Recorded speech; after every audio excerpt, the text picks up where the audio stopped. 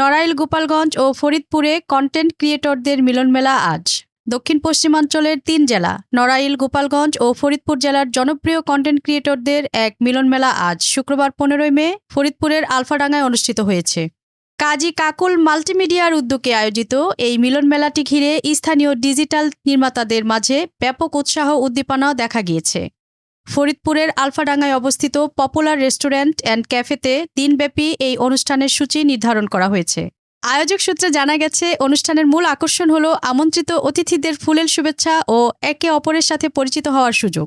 অতিথিদের জন্য হালকা নাশতা ও বিশেষ দুপুরের খাবারের ব্যবস্থা, স্থানীয় শিল্পীদের অংশগ্রহণে মনোজ্ঞ সাংস্কৃতিক পরিবেশনা এবং কন্টেন্ট ক্রিয়েশন বা ডিজিটাল প্ল্যাটফর্মে বিশেষ অবদানের স্বীকৃতিস্বরূপ গুণীজনদের সম্মাননা স্মারক প্রদান। বর্তমান সময়ে সামাজিক যোগাযোগ মাধ্যমে সৃজনশীল কাজের পরিধি বাড়ছে।